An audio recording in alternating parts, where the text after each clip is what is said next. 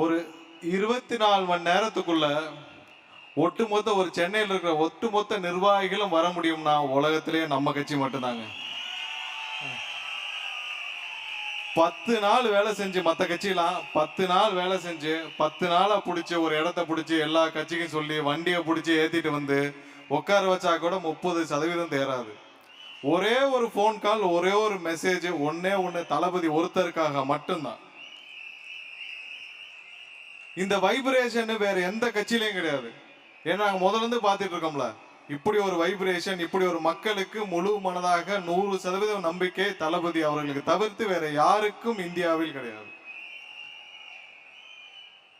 சென்னை மண்டலத்தை சேர்ந்த, சென்னை மாவட்டத்தை சேர்ந்த நிர்வாகிகள் அனைவருக்கும், இங்கே வருகை புரிந்துள்ள அனைத்து மாவட்ட செயலர் அனைவருக்கும், இங்கே தலைமை கழக நிர்வாகிகளுக்கும் மற்றும் இங்கே வருகை புரிந்திருக்கும் அனைத்து ஒன்றிய நகர பகுதி கழக செயலர் அனைவருக்கும் என்னுடைய முதற்கண் வணக்கத்தை தெரிவித்துக் கொள்கிறேன்.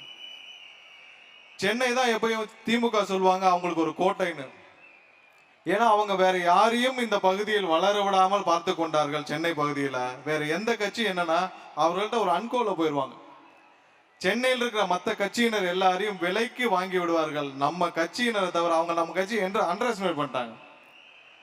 ஏன்னா எங்கிருந்து வந்தாங்க இவ்வளவு பேர் ஒரே நாள்ல டப்புன்னு இவ்வளவு நிர்வாகிகள், இத்தனை லட்சம் நிர்வாகிகள், இத்தனை ஆயிரம் நிர்வாகிகள் தமிழக வெற்றி கழகத்தில் அனௌன்ஸ் பண்ண 10 நாளுக்குள்ளே அங்கங்க போட்டாங்க.